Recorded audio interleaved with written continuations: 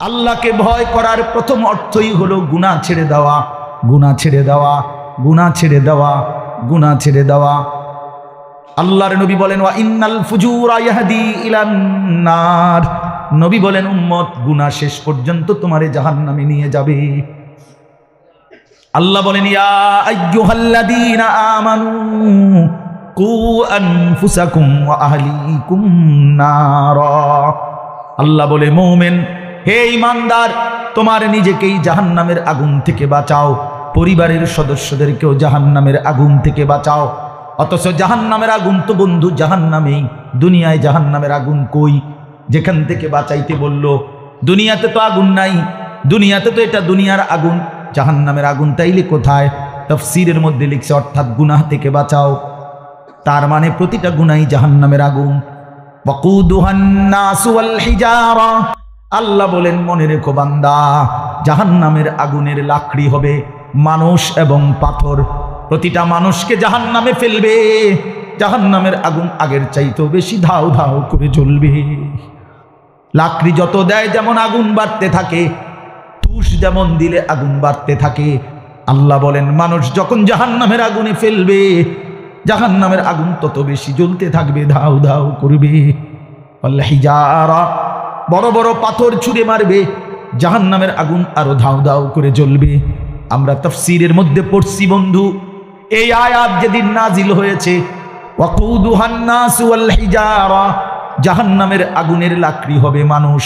আল্লাহর কসম, নবীর সাহাবী সালমান ফারসি রাদিয়াল্লাহু তাআলা আনহু, আল্লাহর নবীর সাহাবী সালমান একটা চিৎকার দিয়া কাঁদতে কাঁদতে পাহাড়ের টিলার কাছে চলে গেছে। আর টিলার উপরে বসে একটানা 3 দিন পর্যন্ত শুধু চোখের পানি ফেলছে আর কাঁদছে চিৎকার করে। আর একটাই শুধু আহাজারি করছে, মাওলা জাহান্নামের আগুনের লাকড়ি যদি হই আমি সালমান, আমার কি হবে? আমার কি হবে? আমার কি হবে? আমার কি হবে? আমি কেমনে বাঁচবো মাওলা? আমি কেমনে ওই আগুন সইব মাওলা? 3 দিন পরে আল্লাহর নবী সাল্লাল্লাহু আলাইহি সাল্লাম নবী জিজ্ঞেস করলেন, সাহাবীরা আমার সালমানকে দেখি না কেন? আজ 3 দিন ধরে তো সালমান কই, সালমান কোথায়? সাহাবীরা খুঁজতে খুঁজতে দেখছে গিয়া ওই টিলার সামনে সালমান বসা, আর এক কথাই কাঁদতেছে আর চোখের পানি ফেলতেছে আর বলতেছে, মাওলা জাহান্নামের আগুনের লাকড়ি হবে মানুষ, আর সেটা যদি হই আমি সালমান, আমার কি হবে? আমার মাওলা কি হবে? সালমানকে ধরে সাহাবীরা নবীজির কাছে নিয়ে এসেছেন, এনে বললেন ইয়া রাসূলুল্লাহ, আপনার সালমান তো শুধু কাঁদে আর কাঁদে, কাঁদে আর কাঁদে। আল্লাহর নবী জিজ্ঞেস করলেন, সালমান কেন কাঁদতেছো? সালমান বললেন, জাহান্নামের ভয়ে কাঁদি, জাহান্নামের ভয়ে কাঁদি। আল্লাহ যে বললেন জাহান্নামের আগুনের লাকড়ি হবে মানুষ, সেটা যদি হই আমি সালমান, কেমন হবে?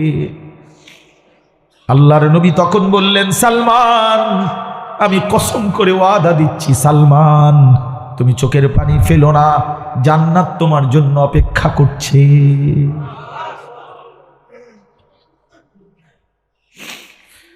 হ্যাঁ, আল্লাহ আমাকে মাফ করে দেয়। আল্লাহুম্মা আজিরনি মিনান নার। আল্লাহ পাক কোরআনে বলেন, ওয়া আম্মা মান খাফফাত মাওয়াজিনুহু ফাউম্মুহু হাবিয়া ওয়া মা আদরাকা মা হিয়া নারুন হামিয়া। আল্লাহ বলে যার আমলনামা হাসরের ময়দানে হালকা হবে, গুনাহ ভারী হবে, তার ঠিকানা হবে হাবিয়া, জাহান্নাম। একটা জাহান্নামের নাম হাবিয়া। কি নাম?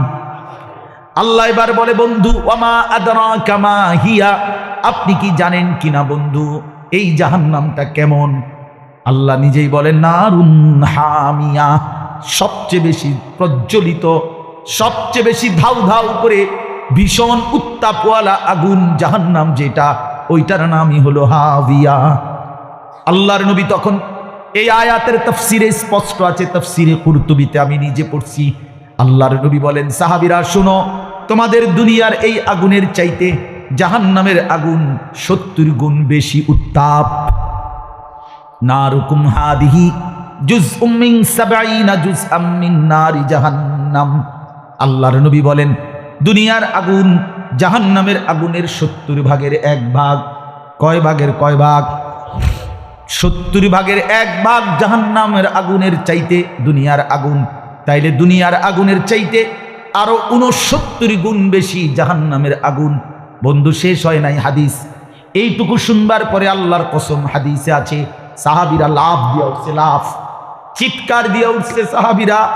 আর এক চিৎকার দিয়া বললেন, ওয়া ইন্না যালিকা লাকাফিয়া ইয়া রাসূলুল্লাহ, হে আল্লাহর রাসূল, এটা কি শুনাইলেন, কি বললেন? দুনিয়ার আগুনটাই তো জ্বালাইয়া পুরাইবার জন্য যথেষ্ট, এটাই তো যথেষ্ট, দুনিয়ার আগুনটাই তো যথেষ্ট। হায় হায়, কি বললেন এটা? এর চাইতে আরো 69 গুণ বেশি যদি জাহান্নামের আগুনের তাপ হয়, তো সেইটা ফেলবে কেমনে, সেইটাতে টিকবে কেমনে? আল্লাহ নবী সাল্লাল্লাহু আলাইহি সাল্লাম তখন বলেন, এবার তো ভেবে দেখো, দুনিয়ার আগুন যদি এমন, আমার জীবনে আমি একবার কুমিল্লা মেডিকেল কলেজে কুচাইতলি যেটারে বলে, ওইখানে বার্ন ইউনিটে, মানে আগুনে পোড়া রুগীর চিকিৎসা হয় যেখানে, আমি জীবনে একবার গেছিলাম আমার একজন রুগী দেখতে। আমার একজন পরিচিত মানুষ, এই পরিচিত মানুষ, তার গায়ে আপনার ওই যে আমার এক প্রিয় বন্ধু মাওলানা মোতালেব হুসাইন সালেহি, তার ভাইয়ের গায়ে আগুনে পুড়ছিল। তারে দেখতে গেছিলাম সে সহ।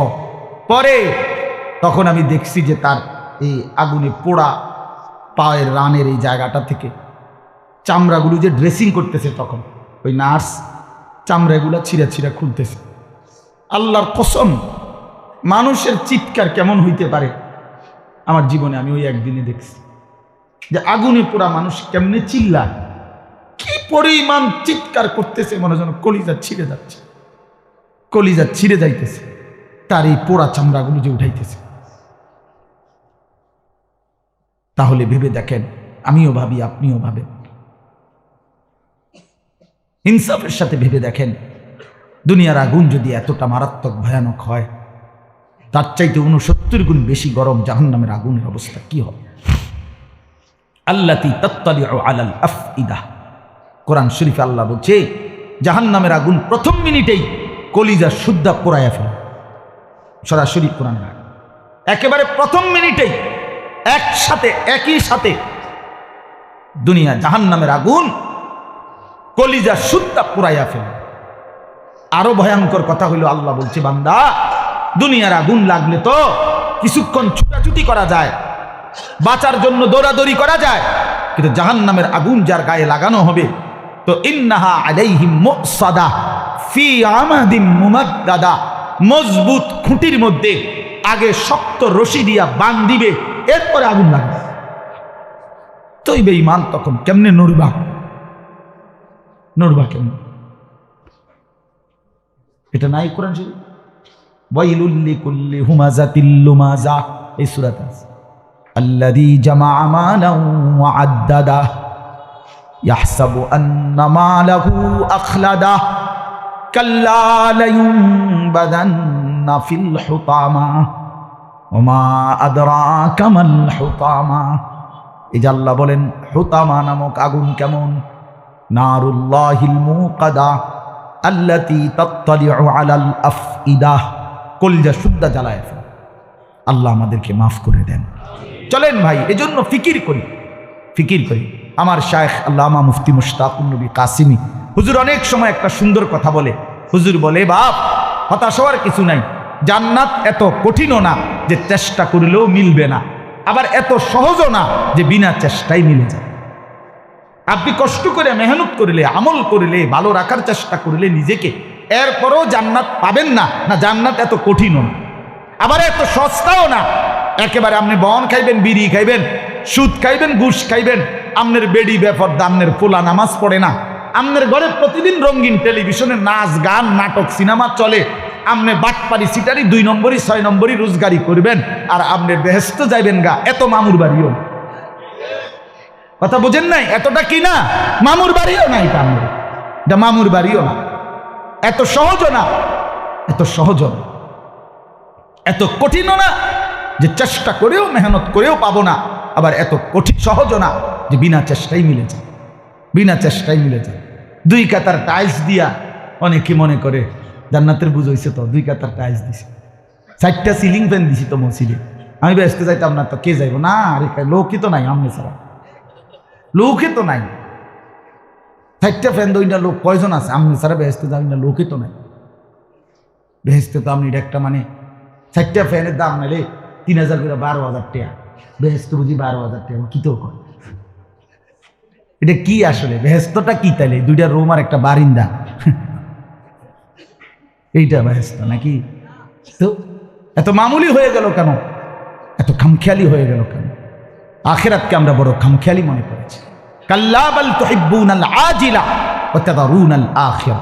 আল্লাহ বলে, বান্দা তোমরা দুনিয়ার নগদটাকে ভালোবাসলা আর অনন্তকালের আখিরাতটাকে ছেড়ে দিলে।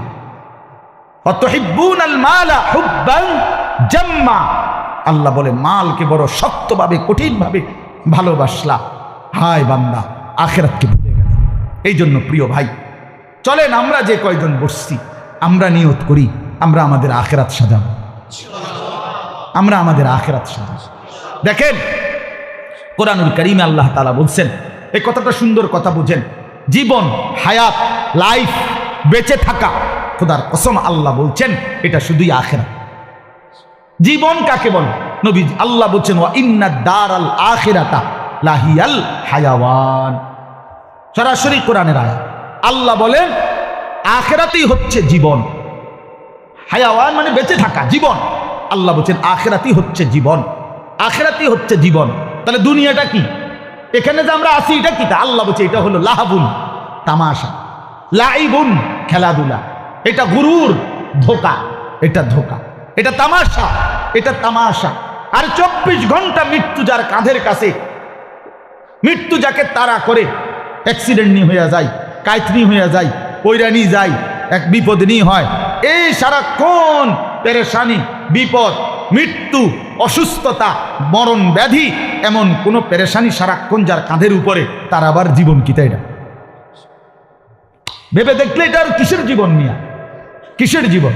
আমার একটা ছোট্ট কথা মনে হয় সব সময়, আমি গাড়িতে ঠিক মতো ঘুমাইতে পারি না, আমার চোখ বন্ধ করলে একটু পরে আবার চোখ খুলে যায়, আবার তাকাই গাড়ি ঘোড়ার দিকে, যে আমার যে ড্রাইভার চালাইতেছে কোনান দিয়ে নি বাজাইয়া দেয়, কোনান দিয়ে নি লাগাইয়া দেয়। তাইলে যাকে অ্যাক্সিডেন্টের ভয়, যাকে ঘুমাইতে দেয় না, তার এটা আবার কিসের জীবন? কিসের জীবনটা? মৃত্যু জানে, মৃত্যুর ভয়। আমার তো কোনো নিশ্চয়তা নাই যে কমপক্ষে এই 5 বছর আমি মরতাম না। আচ্ছা 6 নম্বর বছরের থেকে একটা টেনশন সৃষ্টি হইতে পারে, এমন কিছু তো নাই। 5টা ঘন্টারও তো নিরাপত্তা নাই, 5টা মিনিটেরও তো নিরাপত্তা নেই, 5টা মিনিটেরও তো নিরাপত্তা নেই। ওই যে ওই দিন আপনার টোলের যেটা দেখছেন না ছবিটা, যে পিছন থেকে ট্রাক বাড়ি দিছে মোটরসাইকেলওয়ালারে, আরে পদ্মা সেতুর এখানে যে এক্সপ্রেসওয়ে বাসে, হ্যাঁ আপনার টোলের এখানে, আহা সারা পৃথিবী কাঁদছে এই ছবিটা দেখে, যে আপনার একটা জলজ্জান্ত পুরুষ বেচারা মোটরসাইকেলে, তার স্ত্রী এবং তার বাচ্চাটা পিছনে, 2টা মানুষ পিছনের ধাক্কায় 1টা মিনিটের মধ্যে বাচ্চাটা থেতলা হয়ে গেছে, আর মহিলাটা চাক্কার সাথে পেঁচাইয়া ঘুরতেছে। তাহলে কি হায়াতের, কি বেচারা টোল দিতে দাঁড়াইছে, এই জিন্দেগির কি অর্থ আছে? যে জীবন প্রতি মিনিটে মৃত্যুকে তাড়া করে ফিরে, সেখানে এটা হায়াত কি? আর তো আখিরাতই হলো হায়াত। কেন? প্রশ্ন হলো কেন আখিরাত, কেন জীবন? আখিরাত এই জন্য জীবন, আল্লাহর কসম, আল্লাহ তাআলা হাসরের দিনের সমস্ত বিচার কার্য শেষ হওয়ার পরে ফুলসিরাতের গোড়ায় ভেড়া কিংবা বকরির আবরণে আল্লাহ তাআলা মৃত্যুকেই মৃত্যু দিয়ে দিবেন, মৃত্যুকেই জবাই করে দিবেন, আর বলে দিবেন, ফেরেশতারা ঘোষণা দিবে, হে জান্নাতবাসী, খুলুদুন ফালা মাউতা ফিহা, এই জান্নাত চিরস্থায়ী, আর কোনোদিন মৃত্যু হবে না।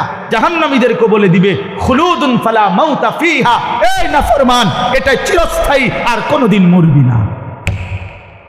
তার মানে আর কোনোদিন মৃত্যুর কোনো কি নাই, সম্ভাবনা নাই। তাহলে অতএব এটাই জীবন, এটাই হায়াত, এটাই হায়াত। এই জন্য বুদ্ধিমান তো সে যে হায়াতের প্রস্তুতি নেয়। আরো মজার বিষয়, আমি আমার শায়েখের কাছ থেকে যেটা শিখছি আরো একটা আয়াত থেকে, হুজুরে একদিন এটা বুঝাইছে।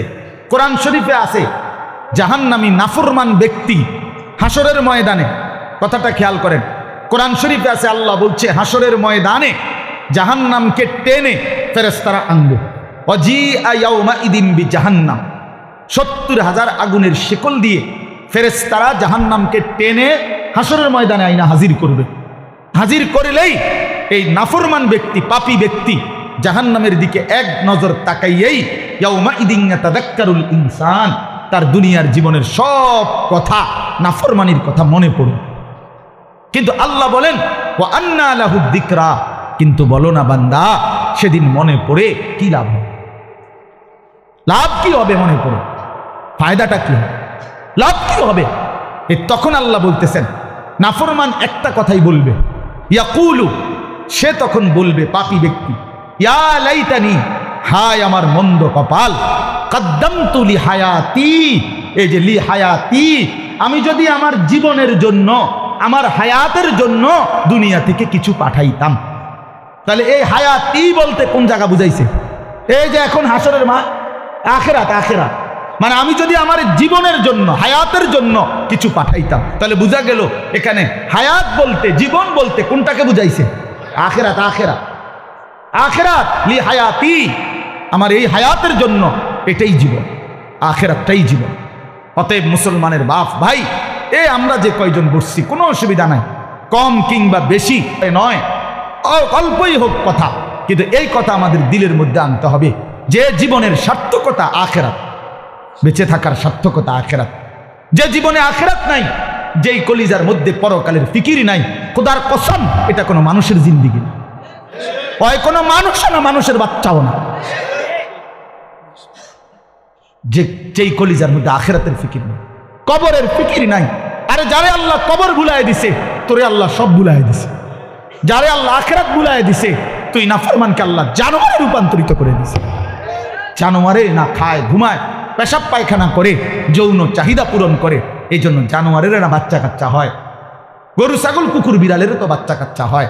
কিন্তু যে আখিরাত ভুলে গেছে তার জীবন জানোয়ারের মতো, হাইওয়ানের মতো, হাইওয়ানের মতো, হাইওয়ানের মতো, কুকুর বিড়ালের মতো। এই জন্য যে কপালে সেজদা নাই সে ইনসান না, সে জানোয়ার, সে চতুষ্পদ জন্তু। যে কপালে সেজদা নাই, দিনের পর দিন যে নামাজ পড়ে না, সে আর মানুষ নাই, সে হাইওয়ান, সে হাইওয়ান। এটা বুঝতেই হবে। ইনসান তো তাকে বলে যাকে আল্লাহ তাআলা গোলামির জন্য বানাইছেন, ইল্লা লিয়াবুদুন, ইবাদতের জন্য বানাইছেন। অতএব ইবাদত যার দ্বারা হবে না, সে ইনসান কিসের? এটাকে তো বানাইছেই কথা বলার জন্য, আওয়াজ পৌঁছাবার জন্য।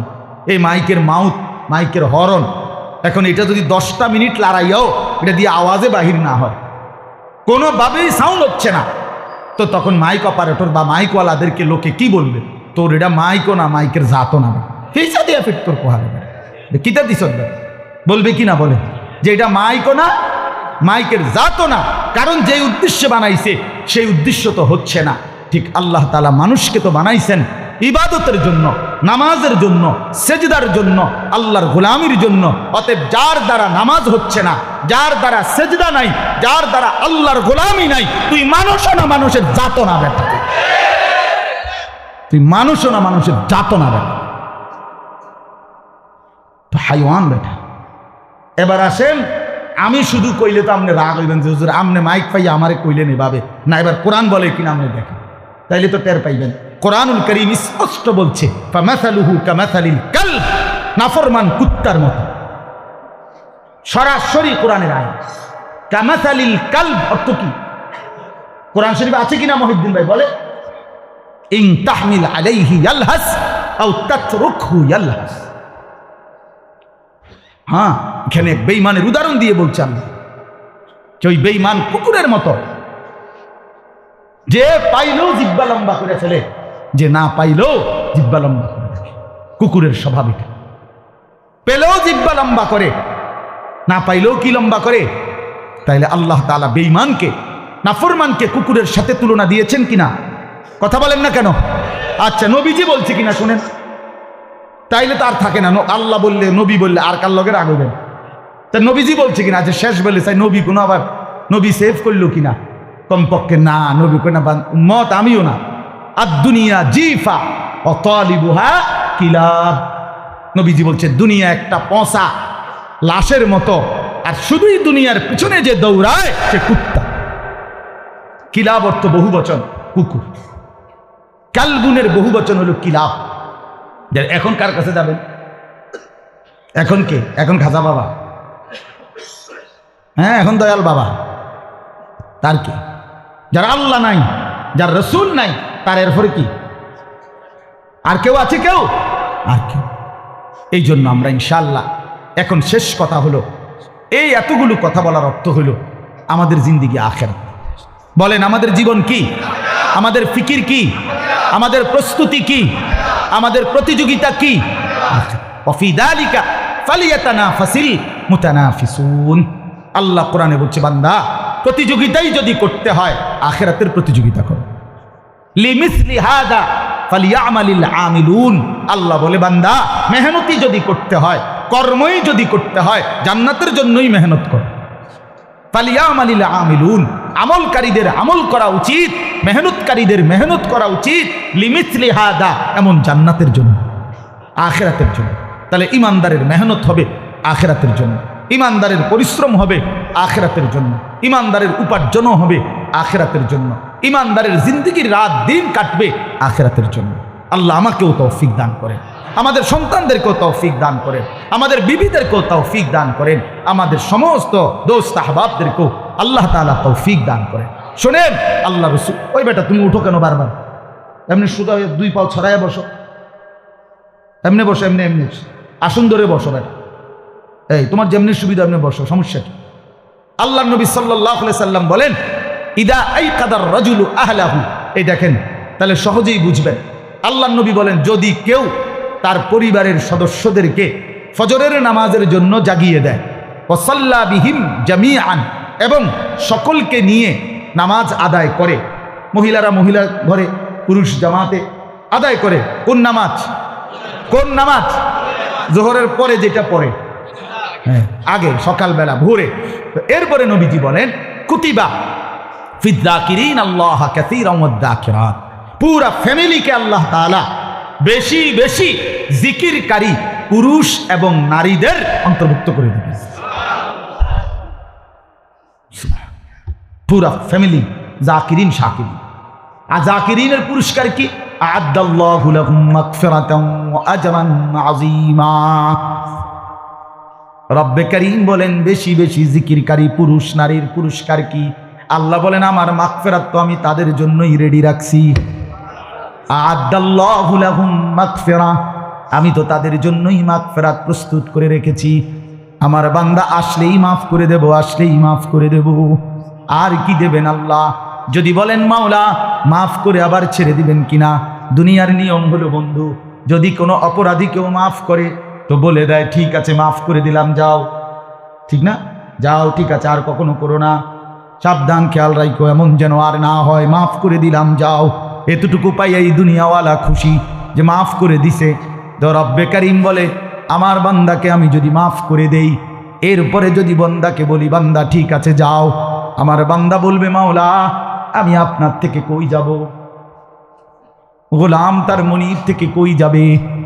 আপনি ছাড়া আমার আছে কে? এজন্য আল্লাহ বলেন দুনিয়াবাসী বলে মাফ করে দিলাম যাও, আমি আল্লাহ বলি মাফ করে দিলাম আও, মাফ করে দিলাম আও। ওয়াসারিউ ইলা মাগফিরাতিন মির রাব্বিকুম ওয়া জান্নাতিন আরদুহাস সামাওয়াতু ওয়াল আরদ। আল্লাহ বলে বান্দা মাগফিরাত নিয়ে অপেক্ষা করছি, আসো দৌড়াও। আর আমি যখন মাফ করে দেব সাথে আসমান জমিন প্রশস্ত জান্নাতটাও দিয়ে দেব। উলাইকা জাযাউহুম মাগফিরাতুম মির রাব্বিহিম ওয়া জান্নাতুন তাজরি মিন তাহতিহাল আনহার। আল্লাহ বলেন যারা ইস্তেগফার করবে, তাওবা করবে, বিনিময়ে আমি আল্লাহ মাফ করে দেব আর ঝর্ণা ধারা বেষ্টিত জান্নাতেই প্রবেশ করিয়ে দেব। তার মানে ফিরায় দেব না, জান্নাত দিয়ে দেব। এই জন্য আল্লাহ বলছে আজরান আযীমা, আমি তো জাকিরিনকে বেশি বেশি জিকিরকারী বান্দা বান্দিকে আমার মাগফিরাতও দেব, আবার আজরে আজিম সবচেয়ে বড় বিনিময় জান্নাতও দিয়ে দেব। এই জন্য চলেন আমরা নিয়ত করি, আমরা আখিরাতের ফিকির করি, আমিও আপনিও, নিজের জন্য, ছেলের জন্য, মেয়ের জন্য, স্ত্রীর জন্য, বাপ একসাথে ফিকির করে। কোরআনুল কারীমে বড় একটা মজার আয়াত আছে। কই মজার আয়াতটা? মজার আয়াত হলো, কারো স্ত্রী যদি নেককার হয়, চরিত্রবান হয়, দিনদার হয়, পর্দানশীল হয়, নামাজওয়ালা হয়, সেজদাওয়ালা হয়, আল্লাহ তাআলা খোদার কসম কোরআন শরীফে আছে, আল্লাহ তখন বলবে উদখুলুল জান্নাতা আনতুম ওয়া আজওয়াজুকুম তুহবারুন। আল্লাহ বলবে বান্দা তোমার বউরে লইয়া,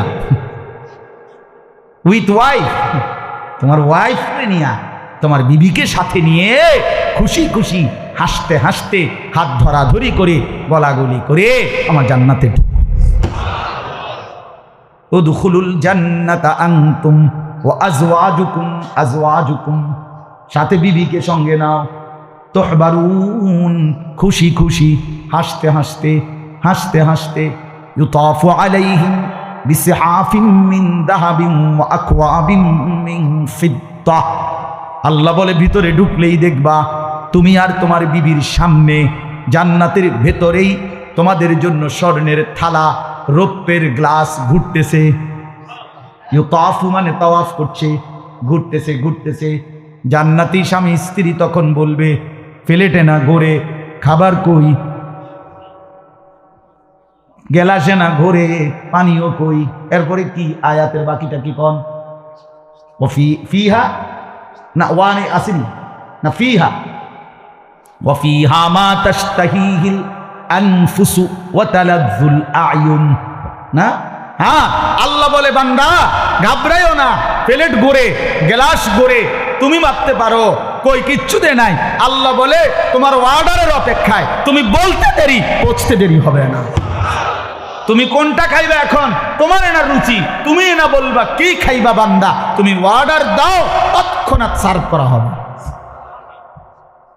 হ্যাঁ, মাছ নিজেই বলবে হে আল্লাহর বান্দা, জান্নাতের মাছ জান্নাতি বান্দাকে জিজ্ঞাসা করবে আতাকুলুনি ইয়া ওয়ালি আল্লাহ, হে আল্লাহর বন্ধু আমাকে কি খাবেন?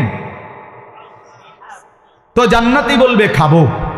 তো মাছ এবার জিজ্ঞাসা করবে আমার সুবিয়ান আম মাতবুখান, ভুনা খাবেন না ঝোল খাবেন?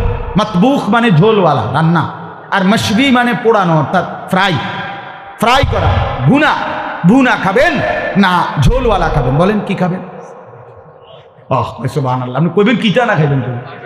দৌড়ে সদবদ বলেন না কেন? ভুনা। বাবা এমনি রুচি ঠিক আছে, আমলে সদবদর হইল, আল্লাহর রহমতে জিহ্বা ঠিক আছে, জিহ্বা ঠিক আছে, মাশাআল্লাহ। মাশবিয়ান নাকি ভুনা, ফ্রাই, ফ্রাই। আমি সেদিন বললাম শেষ পর্যন্ত মানুষ ওই যে আসলের দিকে ফিরতেছে, আধুনিক হইতে হইতে এখন দেখি সব খাবারের মধ্যেই হোটেলে মোটেলে রেস্তোরাঁ, যেটা যত পোড়া এটা তত মজা না। তো মানে পুরান দিকে ফিরে যাইতেছে কেনা? তো ভুনা মাশবি, তো সাথে সাথে মাছ ফ্রাই হয়ে ভুনা হয়ে ওই জান্নাতি বান্দার সামনে আসবে। জান্নাতি বান্দা মজা করে মাছটা খাবে। খাওয়া শেষ হলে কাঁটাগুলো যে রাখছে এখান থেকে তৎক্ষণাৎ মাছ আবার আগের মতো ওইটাই মাছ হয়ে আবার জান্নাতের পানিতে ভাসতে থাকবে। তো জান্নাতি বান্দা বলবে হায়, আমি না এইমাত্র তোমাকে খাইলাম, তুমি যে আবার হইয়া গেলা, তুমি যে আবার আগের মাছ হয়ে গেলা। তখন মাছ বলবে হায় আল্লাহর বান্দা, আপনি কি এটা জানেন না? এটা খালিদিনা ফিহা, এটা যে চিরস্থায়ী জায়গা, এটা আপনি জানেন না? এখানে আপনারও মৃত্যু নাই, আমারও তো মৃত্যু নেই। এটা আপনি শুনছেন না? হায় হায়, এখানে যে মৌত নাই এটা বুঝি শুধু আপনার বেলায় ভাবছেন। দৌড় মিয়া, এখানে মৃত্যু কি আপনারও নাই আমারও নাই। সুবহানাল্লাহ, আল্লাহ আমাদেরকে তৌফিক দান করেন। এজন্য এখন এই এতগুলো কথা বলার অর্থ হলো আমাদের সামনে মাহে রমজান। এই শেষ কথা এটা ব্যাখ্যা করব না, শুধু বুঝাইতে চাই নিজের ঈমান সুন্দর করার, নিজের তাকওয়া সুন্দর করার, আখিরাতের পুঁজি সংগ্রহ করার, জীবনটাকে গুছাইয়া নেওয়ার সবচেয়ে বড় শ্রেষ্ঠতম মাধ্যম মাহে রমজান। ঠিক কিনা বলে? মাহে রমজান এটা আমাদের সামনে, প্রস্তুতি শুরু হয়ে গেছে, প্রস্তুতি শুরু হয়ে গেছে, দোয়া চলতেছে। আল্লাহুম্মা বারিক লানা ফি রাজাবা ওয়া শাবান ওয়া বাল্লিগনা রমাদান ওয়া বাল্লিগনা রমাদান। আল্লাহ রমজান পর্যন্ত পৌঁছায় দেয়, রমজান পর্যন্ত। আল্লাহ বলছে, বান্দা 11 মাস টানা প্রতিদিন আমি বলছি আমি মাফ করে দেব, গুনাহ মাফ করে দেব, আইসো যেদিন মন চায় আইসো। 11 মাস তোমারে ডাকছি, মাফ করে দেব, মাফ করে দেব, মাফ করে দেব। ঠিক আছে বান্দা, পাত্তা দিলা না, গুরুত্ব দিলা না, তো কমপক্ষে একটা মাস রমজান এই মাসে আসো। আল্লাহ তাআলা বলেন, তাকওয়া তোমারে রমজানের শুরুতে চাঁদ উঠাইয়া আমি আল্লাহ তাআলা বললাম, আমার একটা মাস 30টা দিন অথবা 29 দিন, 31 দিন লাগবে না, 31 দিন লাগবে না। বান্দা ওয়াদা দিলাম 31-এ যাবেই না, সিস্টেমে নাই, হয় 30 নয় 29, 29 দিন বা 30 দিন, একটা মাস তুমি আমার হুকুম মানবা, হালাল হারাম বাইসা চলবা, নিজের ঈমান আমল হেফাজত করবা, আখিরাত পরকালের বন্দিগি করবা। একটা মাসের মাথায় তোমারে এক চাঁদ দেখাইয়া শুরু করলাম, আরেকবার চাঁদ উঠাইলেই তোমার বিশাল আইগা যাবে, জান্নাতের ফ্লাইটে উঠে যাবে ইনশাআল্লাহ। হ্যাঁ, এজন্য ঈদের দিন হাদিসের মধ্যে আছে, নেককার বান্দাদেরকে ফেরেশতারা ডাক দিয়ে বলে, ফেরেশতারা আহ্বান করে রাস্তার দুই পাশে, ইন্নাল্লাহা কাদ গাফারা লাকুম, তোমরা আল্লাহ তাআলা তোমাদেরকে মাফ করে দিয়েছেন, ফারজিউ রাশিদিনা ইলা রিহালিকুম, তোমরা খুশি খুশি সফলতা নিয়ে জান্নাতের খুশখবরি নিয়ে নিজেদের ঘরে ফিরে যাও। এই জন্য রমজানকে, আগত রমজানকে কদর করেন, রমজানকে সামনে নিয়ে প্রস্তুতি নেন। ইমানদার রমজানের জন্য প্রস্তুতি নেওয়া এটা একটা সুন্নাত। নবী সাল্লাল্লাহু আলাইহি সাল্লাম রমজানের 2 মাস আগে, রজব এবং শাবান, এই 2 মাস থেকে দোয়া করতেন। তাহলে বোঝা গেল রমজানের জন্য নবীজি প্রস্তুতি নিতেন আগেই। অতএব রমজানের প্রস্তুতি নেওয়া এটাও একটা কি আমল? সুন্নাত আমল। নবী সাল্লাল্লাহু আলাইহি সাল্লাম রমজানের আগের মাস শাবান মাসে বেশি বেশি নফল রোজা রাখতেন। নবীজিকে জিজ্ঞেস করছে, ইয়া রাসূলুল্লাহ, রমজানের আগের মাসে আপনি এত নফল রোজা রাখেন কেন? আল্লাহর নবী বলছেন, তাযীমান লি রমাদান, রমজানের সম্মানার্থে, রমজানকে অভ্যর্থনা জানাবার জন্য, রমজানকে অভ্যর্থনা জানাবার জন্য। আল্লাহ রসুলের হাদিস আছে, ওই যে সালমান, উনার থেকেই বর্ণিত হাদিস, আল্লাহ নবী সাল্লাল্লাহু আলাইহি সাল্লাম রমজান শুরু হওয়ার আগেই, শাবানের লাস্টে, রমজানের প্রারম্ভে, শুরুতেই, একেবারে প্রথমেই রমজানের গুরুত্ব, মর্যাদা, বৈশিষ্ট্য, ফজিলতের উপরে লম্বা খুতবা দিতেন, বয়ান করতেন। আল্লাহ নবী সাল্লাল্লাহু আলাইহি সাল্লাম রমজানটাকে অনেক বেশি কদর করতেন, অনেক বেশি, অনেক বেশি কদর। আমরা কিতাবে পড়ছি, আকাবির কা রমাদান, পূর্বপুরুষদের রমজান কেমন ছিল, আল্লাহর নেক বান্দাদের, ওইখানে লেখা আছে স্পষ্ট যে পূর্বপুরুষের অসংখ্য আল্লাহর ইমানদার বান্দা এমন ছিল যারা এক রমজান শেষ হওয়ার পরে আরেক রমজান পর্যন্ত 1 বছর টানা রমজানের জন্য আবার দোয়া শুরু করতেন, আবার দোয়া শুরু করতেন। তাহলে 1 বছর দোয়া করতেন বুজুর্গরা। কমপক্ষে নবীজির সুন্নাত অনুপাতে এই 2টা মাস তো দোয়া করা উচিত, ঠিক কিনা বলেন না? উচিত কিনা বলেন? অতএব প্রতিনিয়ত রমজানের জন্য দোয়া করেন, রমজান পাওয়ার জন্য দোয়া করেন।